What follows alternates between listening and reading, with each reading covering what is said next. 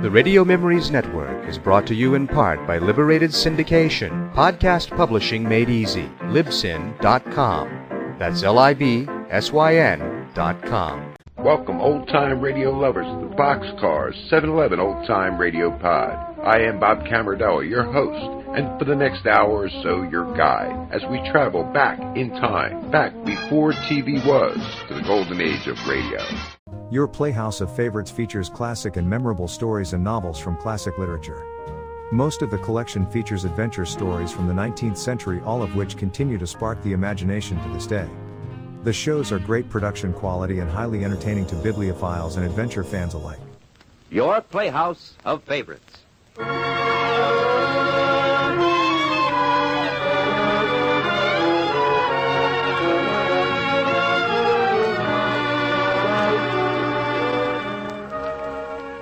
How do you do? This is Robert Anthony Dean, inviting you to your Playhouse of Favorites. Our favorite story for today is The Necklace. Our star, Betty Furness, as Mathilde Loisel. This is the story of a strange twist of fate that robs a woman of her youth and beauty, that makes her pay bitterly for one night of being Cinderella at the ball. It's a story that only de Maupassant could have told so well, and it bears the stamp of the master. In a moment, The Necklace.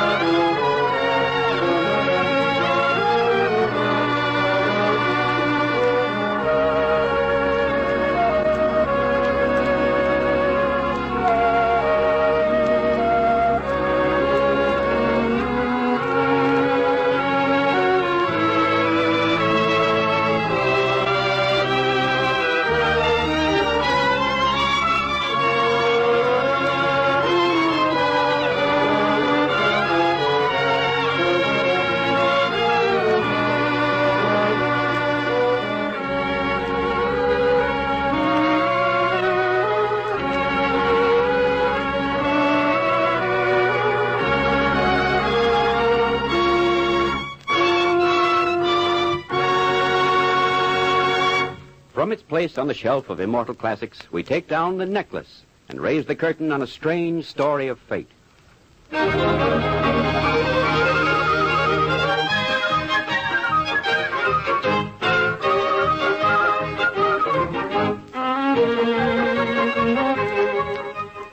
Paris was always a glittering city, and the reflection of its gaiety has been able to obscure the poverty and the sordidness that is part of every great metropolis.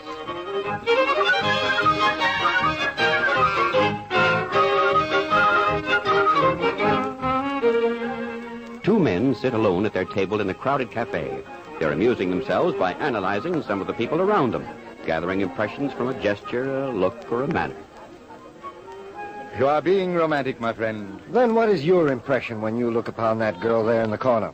As Minister of Public Education, do you see the result of bad lessons? As minister, perhaps. But as a man, I see something else. Well, tell me. I see a young lady who is uneasy and self-conscious, whose wealth is no doubt all on her back, and whose glamour has something of a rented look about it. That is a cruel realism, my dear Minister. Perhaps. But that is what I see, and, well, because she reminds me of someone else. Another one whose glamour was all upon her back? And about her throat. Who was she? Someone I once danced with. Someone I knew long ago and far away. Someone who, more than anyone I know, suffered that supreme blow. And the blow? The bitter irony of fate. Listen. It is early and an evening for stories anyway. Now drink your wine, my friend, and listen.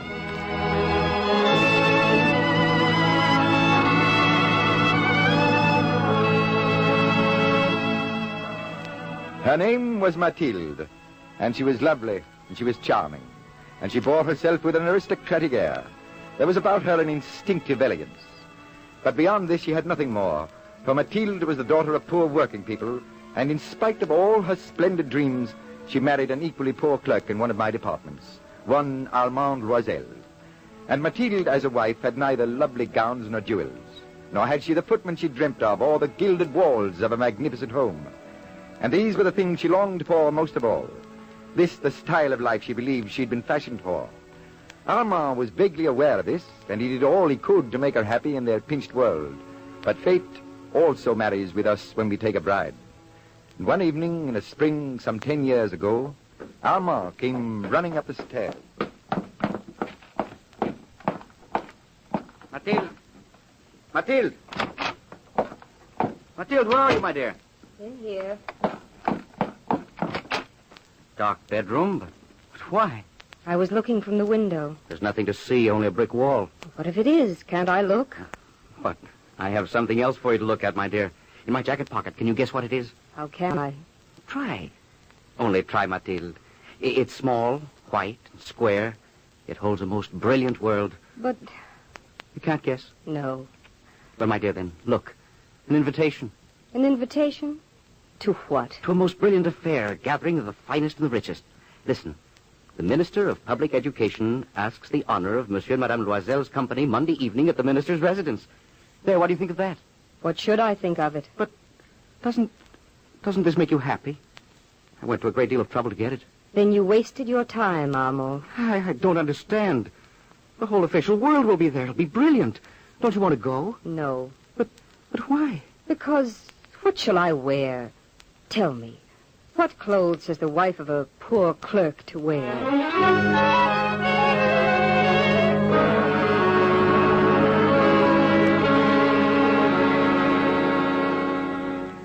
Mathilde. Yes? How much would a new gown cost? A simple one. How can I tell offhand? Try, Mathilde. You've been so silent and cold all evening. I cannot tell exactly, but... Well, I should think 400 francs would cover it. What? Well, you asked me. It cannot be done cheaper. And anyway, I will not go with a gown less fine than what the others might wear. But 400 francs? Then why did you ask me? If it's impossible, don't ask me stupid questions. And let me be. Let me be. Oh, Mathilde. What did you think? I would go gladly in anything and bear the shame, the contempt of their fat wives. Have you a heart of stone? Have you no feelings? Mathilde, my darling. Oh, I wish I'd never seen you. Never. I wasn't meant for this. But my dearest... Have I less looks or charm or wit than a minister's wife? Won't jewels fit my arms as well as theirs? Why should I be punished with this poverty? Why? Mathilde. Go away. Mathilde. Very well, then. I'll give you 400 francs. Get a pretty dress, Mathilde. A very pretty dress for the ball.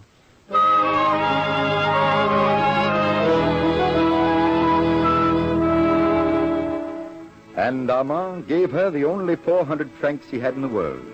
And Mathilde found a dressmaker. And with visions in her mind of a coming splendor, Mathilde watched with eagerness the dress take shape. But as the day of the affair drew nearer, Mathilde showed signs of sadness, and Armand grew aware that something was still wrong. Mathilde, what's the matter? I cannot go, Armand. I have no jewel, no single stone to adorn myself with. How can I go without a jewel? Jewels cost more money than a poor clerk. Mathilde! What is it? How stupid of me, of course. Your friend, that Madame Forestier. You were great friends at one time, and she's rich and she has jewels. Go find her, Mathilde. She'll lend you some of that, I'm absolutely sure.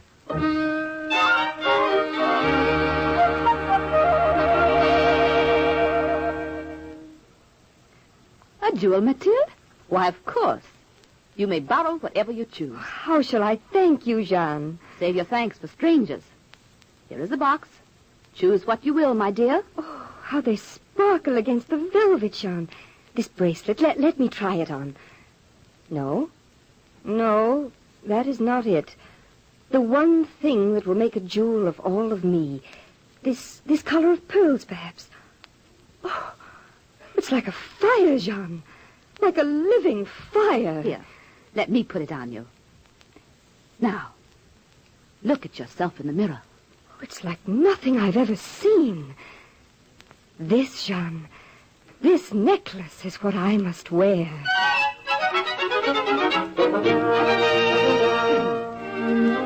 And Mathilde took the necklace home, and she stood before the mirror staring at herself with a necklace at her throat. And she fancied herself magnificent. Her brain teemed with visions of herself at the ball.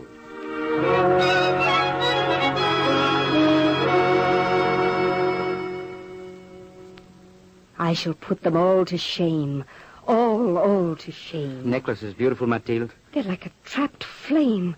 Armand, they glow, and I feel they're glowing on my throat. They must be worth a fortune. Madame Forestier is generous. Oh, I do not doubt they must be worth a fortune. I see it all now.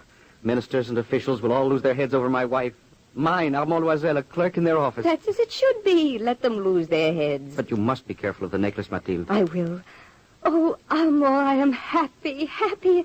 It's like a dream that's suddenly come true.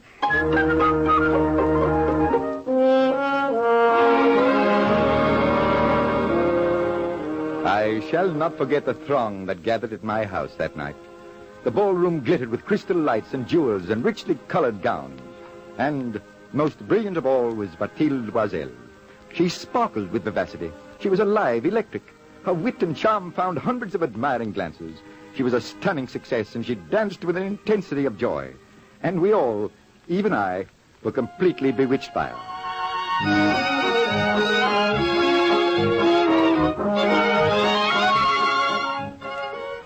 You flatter me, my dear minister. But it is true, Madame Loisel, I have rarely danced with so charming a partner. And I have rarely danced with so gracious a man. But I could dance like this for days. And if I were younger, so would I. Life should always be like this, monsieur. Brilliant, glittering with adventure and excitement. As glowing as that necklace at your throat. As full of flame as that. Ah, but life is not all brilliance, madame. Later on, these lights will go out, and there'll be nothing but a bleak, empty hall. I will not think of that. And tomorrow will only hold a memory of this night. And neither will I think of that. I feel that fate and fortune ride a powerful steed tonight, my dear minister. I can hear it at my back. The hoofbeats fill my ears. Fate is not always a friend, madame. Monsieur, I feel he is my lover tonight.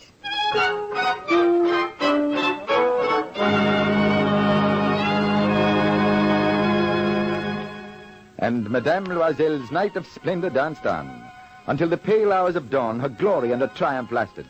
And then the guests began to leave. And the music ended, and it was time to say farewell. Mathilde's brain still teemed with excitement when they left. After some difficulty, her husband found a cab, and through the still sleeping city, they clattered home. Armand was half asleep as he paid the driver and began the climb up to their rooms. But not Mathilde. Upon entering her apartment, she lit the lamps and stood before the mirror, staring intently at her flushed face and bright eyes. What are you staring at, Mathilde? Myself. It's late. Hey, I can hardly stand up. Then go to bed. Yeah, sleep like the dead themselves. Aren't you coming? No, you go to bed yourself. But... Will you go? I can't sleep. My mind's on fire. I'm as wide awake as a young girl on Carnival Eve. It's the wine. As soon as you lie down, you'll see that... It's not the wine. I don't want to sleep. How do you know if you won't? Can't you understand anything? Do I have to explain everything? I feel as if something immense happened tonight. As if a curtain will rise at any instant upon a staggering event. Are you well, Mathilde? Well, I have only just been born. I'm brand new. I've just been created. Mathilde, you're feverish. Take off your cape. Here, now let me take it. Take it off and look. Look at me. I'm young and triumphantly alive at last. Gowns make me look lovely. Jewels can... Mathilde, what is it? Jewels. Mathilde. The necklace. The necklace, Armand. It's gone.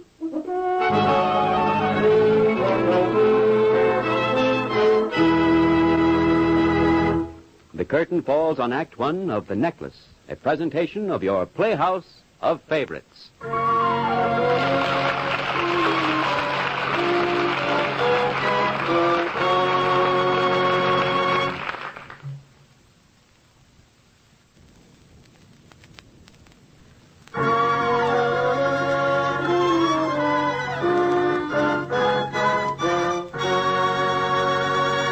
The Necklace. The curtain rises on Act Two. Fate has set its trap and is ready to spring it. An unreasonable whim, a capricious urge, and a private world topples as a penalty is paid. And now for Act Two of The Necklace, starring Betty Furness as Mathilde. The Minister of Public Education goes on with his story.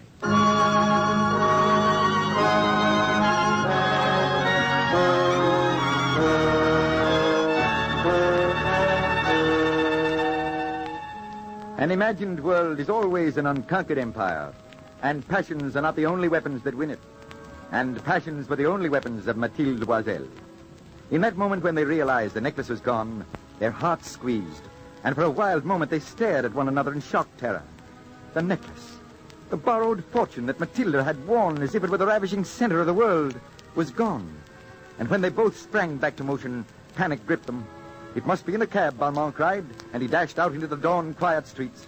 And Mathilde, poor, stunned Mathilde, sat in the apartment in her exquisite gown like some pathetic queen amongst the crumbled ruins of her world. In an hour, Armand returned. Dumbly, Mathilde stared at him. As if in pain, Armand shook his head. No, Mathilde. No. You could not find the cab? I ran back the way we came. Streets are empty. Nothing is moving. It's vanished. What shall I do, Armand? How could it have happened? Did you examine your cape? It's not there, Armand. I had the necklace when I left the ball. I'm sure of it. I felt it under my cape. I fingered it. Must have been the clasp. But I danced all night, Armand. It didn't come undone. Well, it must have. How else could you have lost it? I don't know. I don't know. Well, when it's daylight, I will go to the police. There is a chance. And then I will put notices in the papers. Oh, pray God that it is returned, for it's a fortune, Mathilde, a fortune that is gone. And Madame Forestier, what shall I do about her? Oh, we'll send her a note, Mathilde. For the moment, what else is there to do? Right, Mathilde. To Madame Forestier. My dear Jeanne, I am sorry, but you will understand, I'm sure. The clasp on the necklace I borrowed has become loose, and I am having it repaired. Forgive me, but I will bring it to you soon. And a week of anxious waiting went by, but the world was dumb. No answer came from anyone. The new gown Mathilde had worn to the ball hung like a bitter heirloom of a world slipped from her hand. At the end of the week, Armand came to a decision. It will not be returned, Mathilde. I'm sure of it now. Then what shall I do, Armand? Help me. What shall I do? What honest people would do, my dear? Yes? We must make restitution. We must secure another necklace for Madame Forestier. Another necklace? Aye, one that resembles the other. But... I know, Mathilde. I know. Money. What shall we do for money? I don't know, my dear. Or I suppose. Somehow we must do it. Armand, go. Leave me with this burden. Go. Look at me, Mathilde. Don't cry. Why do you think I stay with you? Why? I don't know, Armand. I don't know. I love you, my dear. Without you, I would be aimless. Without you, I would be a terribly lonely man.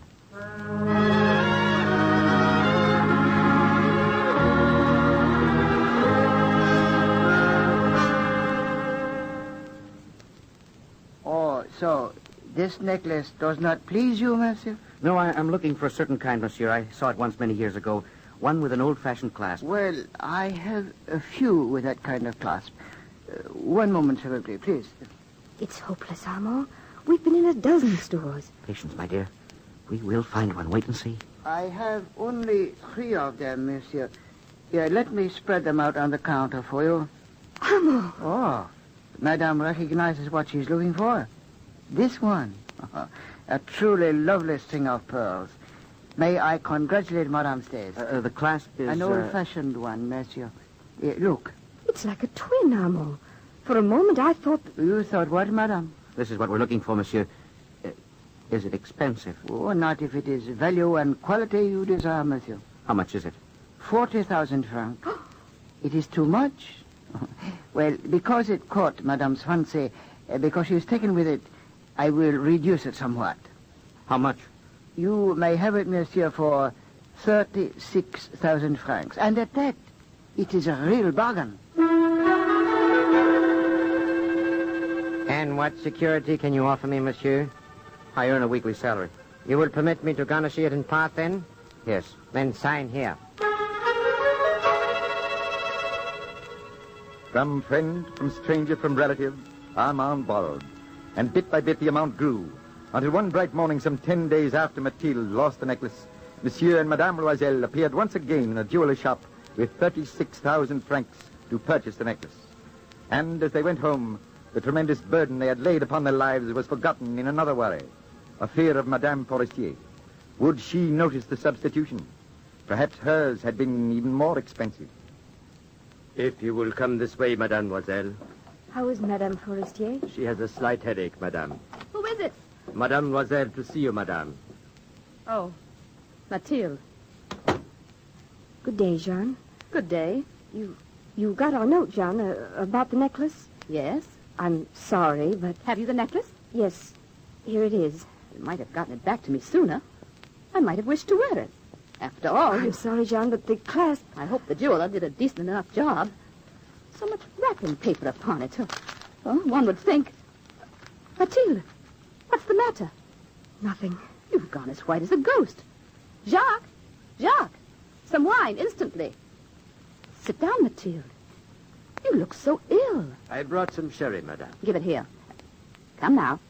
Drink all of it. There. There. Now, don't you feel better? Yes. Mademoiselle dropped her package. Package? Oh, that's mine. Just throw it in that drawer over there, Jacques. This is no time for packages.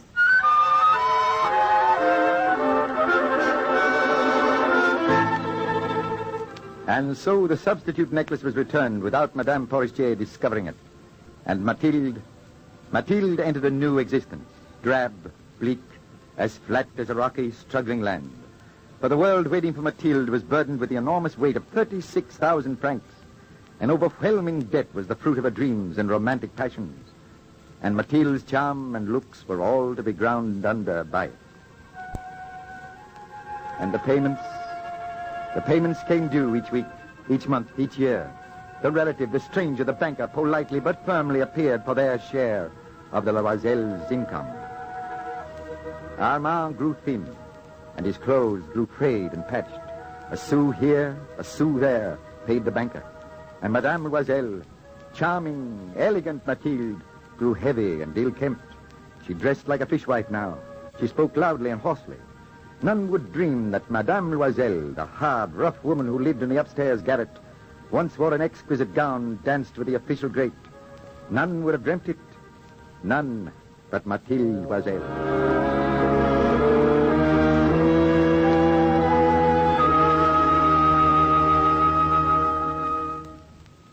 What might have happened? What? Huh? What are you muttering about, Mathilde? Nothing, Armand. Nothing. Oh, I thought I heard you talking. If I had not lost the necklace, who knows? They admired me. They crowded to dance with me. The women had envy written all over their faces. A new world had begun. What? Nothing, Armand. Who knows what might have been? A little thing, an accident, and a whole life ruined. And so much lost. So much forever lost.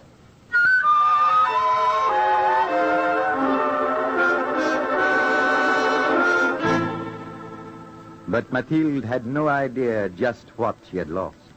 No idea until a spring day some 10 years after the necklace disappeared. Even mountains are worn down, and in those 10 years the mountainous debt of the Loisels had been wiped away.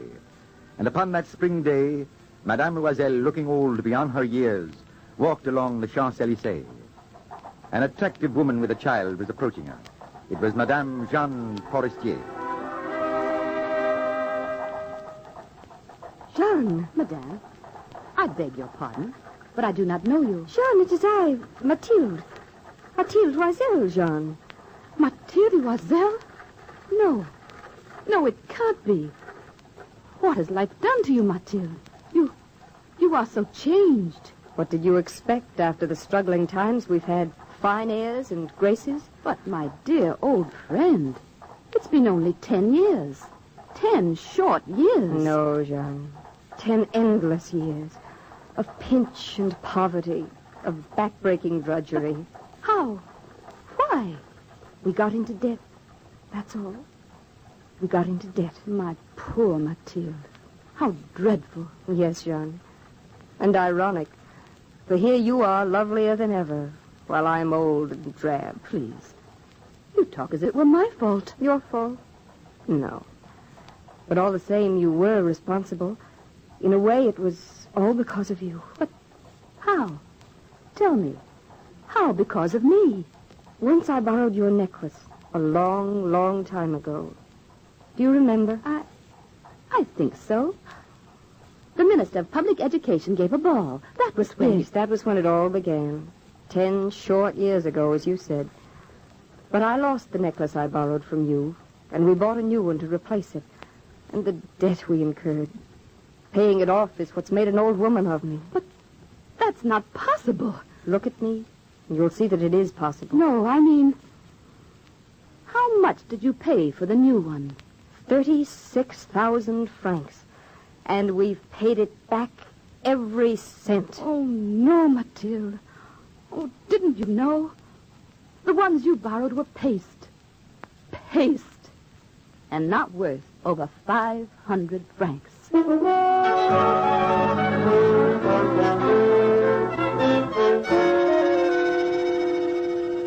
In that moment, the world of Mathilde Boissel crumbled to heartbreaking bits. For the past was proved to be of vast futility, while the future could only be an infinity of painful awareness of what might have been. A tragic tale indeed. And that girl in the corner, she is too much like the lovely Mathilde of the ball. But for the grace of God... My friend, somewhere it is written that he that troubleth his own house shall inherit the wind. And it is further written that every wise woman buildeth her house, but the foolish plucketh it down with her own hands.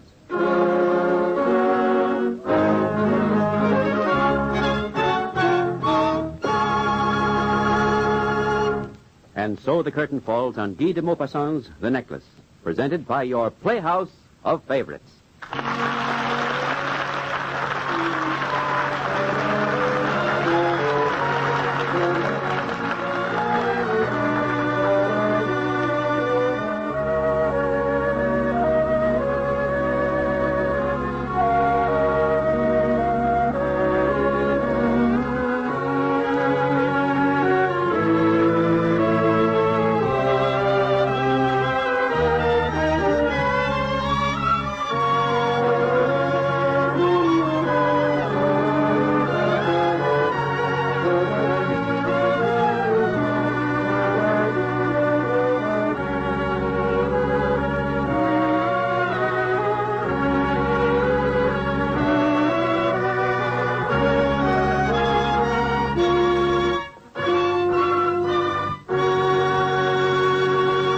This is Robert Anthony Dean, reminding you that front row seats are reserved for you the next time our curtain rises on another romantic classic, presented for your favorite listening pleasure by your Playhouse of Favorites.